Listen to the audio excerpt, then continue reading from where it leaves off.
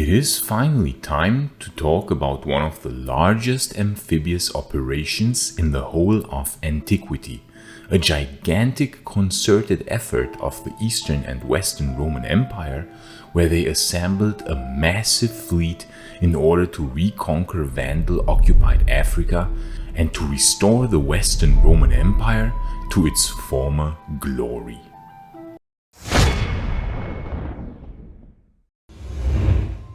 One of the most important points for me in having started this channel is that I was annoyed how oversimplified the late Roman Empire is often portrayed. The whole 100-year history from the Battle of Adrianople until the fall of the Western Roman Empire some 100 years later is sometimes simplified into a single sentence. My goal is to show that at no single point in time was the fate of the Western Roman Empire fully determined.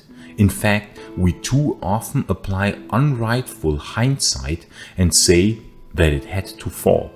This is easy to say from our perspective, but for the Romans of that time it was never a fully done deal. It could have been saved many times, as I discussed in these two videos, and in AD 468 or 1221 ab Urbe Condita, 1221 years after the founding of the city of Rome, both Roman empires would for the last time join forces and show the world what Rome was still capable of.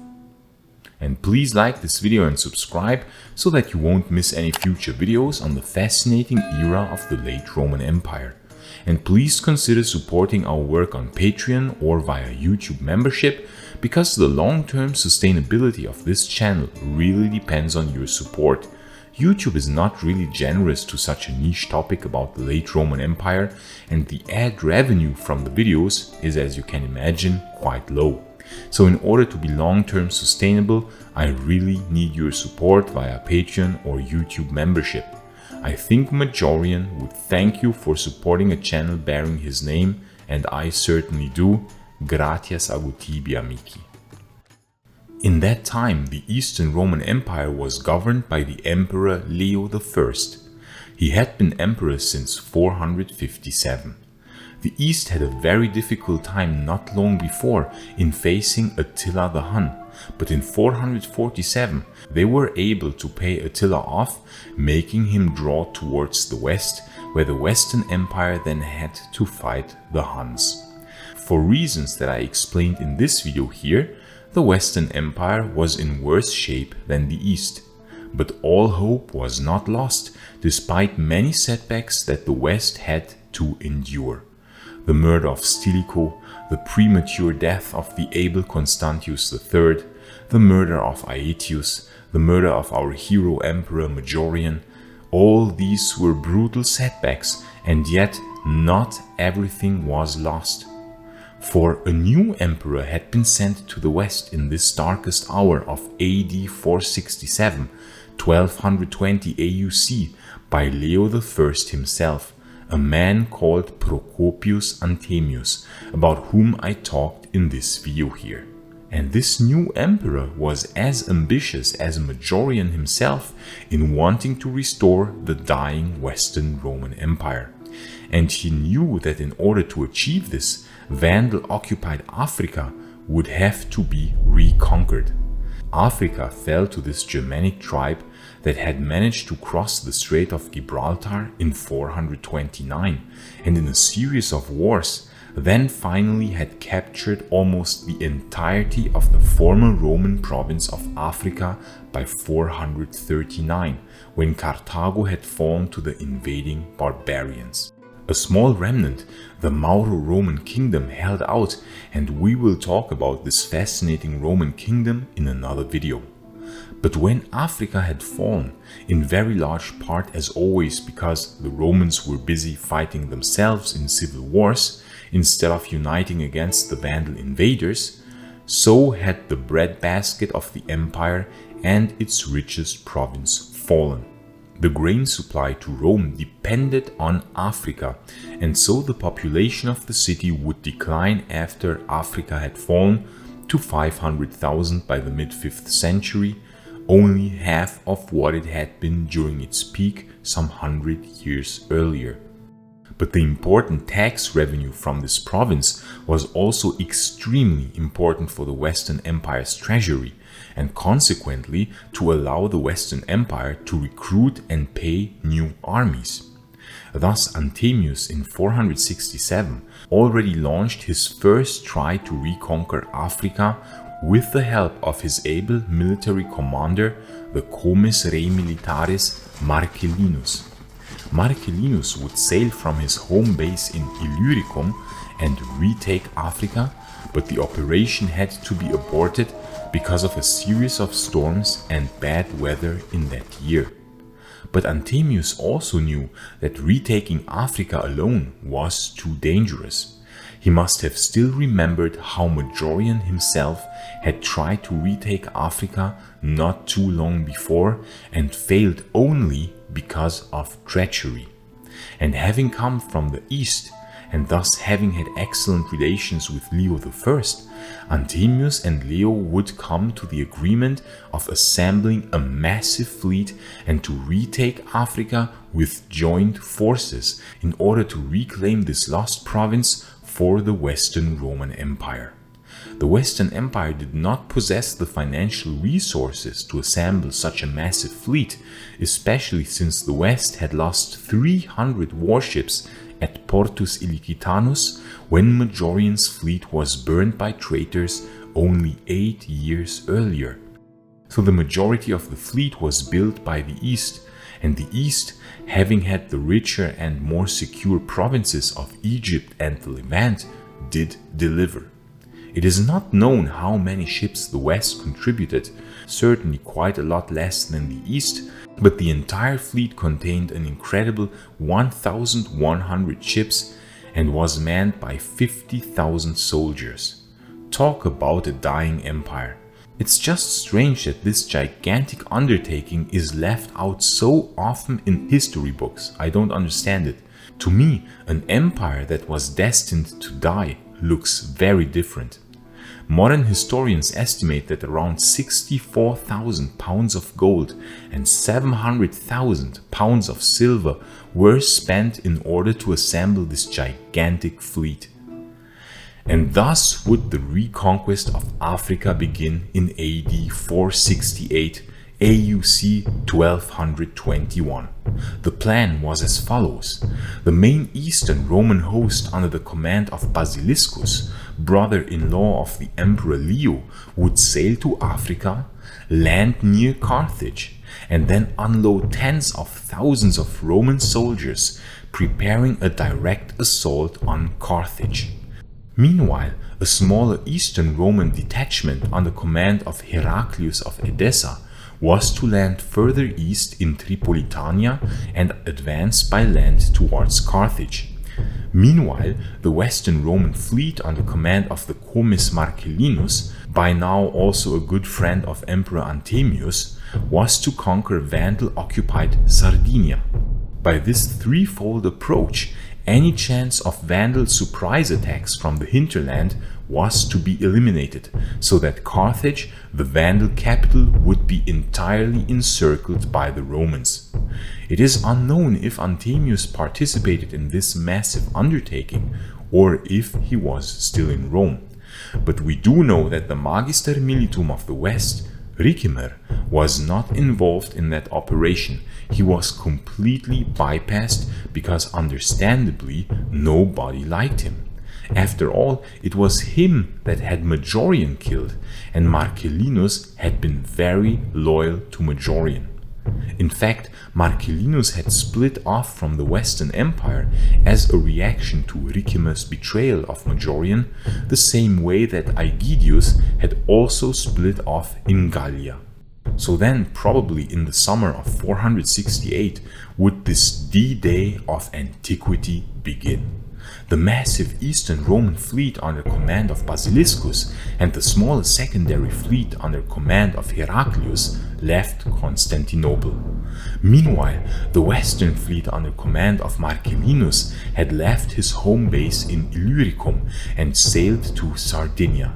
The main eastern host was now en route to Africa, but before sailing to Africa, Basiliscus decided to prepare and gather more provisions at Sicily. Meanwhile, Marcellinus had made excellent progress and managed to conquer Sardinia from the Vandals. In the east, Heraclius had landed at Tripolitania and had unloaded his soldiers. He advanced on land while his fleet was sailing beside him. This was also going according to plan. He defeated all Vandals who attempted to attack his army, while all cities quickly switched sides to the Romans.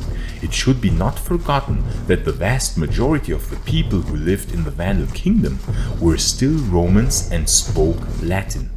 Heraclius thus conquered Tripolitania with relative ease and advanced westward.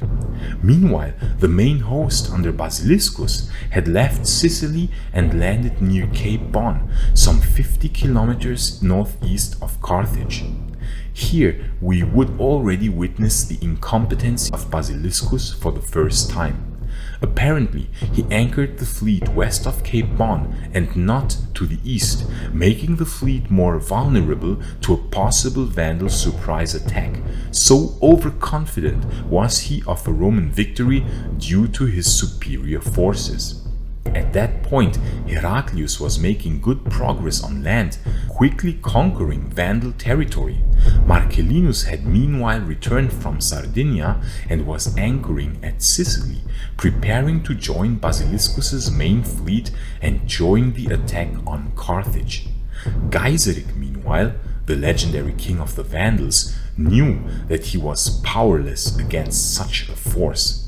His fleet, as well as his army, could not nearly match that of the Romans. Thus he sent messengers to the Roman fleet anchored at Cape Bon, vying for peace and demanding for time in order to be able to meet the Roman demands. Procopius is an excellent source here, and we can read in the third book of his History of the Wars that Basiliscus had been selected as general by the Emperor Leo in hope he would balance the growing influence of the Allen Magister Militum of the East Aspar, who sought to control Leo. The Eastern Roman Magister Militum was also part of the expedition. However, unknown to Leo, Basiliscus sought the friendship of Aspar in order to advance his own designs for the Eastern throne. And according to Procopius, Aspar, quote, repeatedly urged Basiliscus that he should spare the Vandals and Gaiseric, end quote. It could have been over then and there for the Vandals.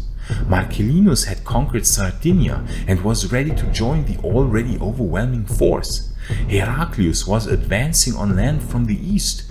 It could have been over then and there for Gaiseric and his Vandals. Africa would have been reconquered and reincorporated into the Western Roman Empire. With the restored tax base and this massive revenue, the Western Roman Empire would have had a real fighting chance to regain control, to stabilize, and yes, maybe even in time to reconquer some of the lost provinces in Gallia and Hispania. Because now it would have suddenly a full treasury and be able to raise new armies that would reconquer the lost Roman territory in Gallia and Hispania, as Majorian had achieved not too long before. But it was not to be. Heraclius the fool gave in to Aspars's persuasion and to Gaiseric's demand for peace and to his pleas of surrender. Basiliscus thus, in one of the stupidest decisions that humanity knows, gave Gaiseric 5 days in order to bring forth his terms for surrender. But Gaiseric, being the old cunning bastard that he was, of course, had a secret fleet of fire ships prepared. These were ships filled with combustible material that were set on fire, unmanned, and with the sole purpose of setting an enemy fleet on fire. Thus, when the wind had turned, and by the double stupidity of Basiliscus of not only granting Gaiseric time, but also of anchoring the fleet to the west of Cape Bon, Gaiseric saw his chance come and unleashed the fireships. The wind carried hundreds of fireships to the unsuspecting Romans, who were taken completely by surprise. It is thought that as much as possibly half the Roman fleet was set on fire and sunk by the Vandal fireships, but the exact number is unknown. However, what is known is that, suffering heavy casualties, the idiot commander Basiliscus took what little remained of his fleet and aborted the operation. Meanwhile, to make matters worse, Marcellinus had been assassinated by one of his own soldiers in Sicily shortly before launching for Africa. It is thought that Ricimer himself was behind this deed, for Ricimer was angry of not being part of this D-Day of Antiquity, and he also hated Marcellinus because he was an old loyal friend of Majorian and a loyal friend of the Western Emperor Antiquity. Once again, damn you, Ricimer, damn you. And so Heraclius had to abort the operation, even though he had made good progress. It all fell apart due to the folly of one man, one incapable commander called Basiliscus. Had an able commander led this giant fleet operation, then Africa would have been reconquered for the Roman Empire. There is little doubt about it. At no point in time were the Vandals able to counter this massive, united Roman attack. Only again by treachery could the Vandals win, and this time this treachery was allowed not by traitors, as in the case of Majorian's failed Vandal expedition, but by the folly of Basiliscus. Thus ended this D-Day of Antiquity in disaster for the Romans. The treasury of the Eastern Roman Empire was now completely empty, the empire bankrupted. The East would not be able to help the West anymore from this time onwards, and this is also a key reason why the Eastern Roman Emperor Zeno would have no choice but to accept Odoacer as king of Italy only 8 years after this disaster at Cape Bon. Basiliscus would hide in Constantinople and was eventually pardoned for his failure. He would even manage to be Eastern Roman Emperor for a short while in 475 by usurping the Emperor Zeno, but his rule would prove short-lived, as he would still be incompetent and would be executed by Zeno for his usurpation. And with his failure at Cape Bon, so would the Western Empire also lose all hope of surviving. Antiquity had not only lost his friend and able general Marcellinus, but the fate of the Western Empire was now de facto sealed. His position was weakened, and the position of the evil Ricimer greatly increased.